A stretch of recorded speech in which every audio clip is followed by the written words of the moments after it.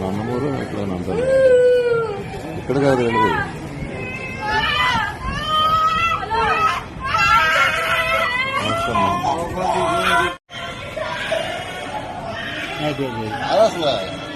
ఇందాక 2:30కి వచ్చి నాతో మాట్లాడాడు.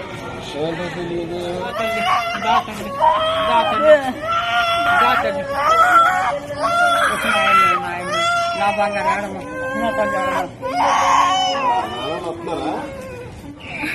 నాకేం తెలియదు సారు.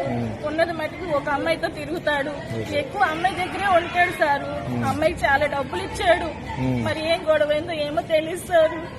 ఫోన్ వచ్చింది, నేను వచ్చాను, ఊరేసుకొని చచ్చిపోయాడని చెప్తున్నాను. మరి ఆ అమ్మాయి చంపేసిందో ఈయన ఊరేసుకొని నాకు తెలియదు. మరి నిజంగా ఎంత ఇచ్చాడు డబ్బులు? దగ్గర 5-6 లక్షలు చాలా వరకు పెట్టాడు. అమ్మాయికి చాలా ఇచ్చాడు. మరి ఆ విషయంలో ఏమైనా గొడవలేనియో ఏమో తెలియదు. మరి ఏం చేస్తాడమ్మా ఆయన? బస్ డ్రైవరండి.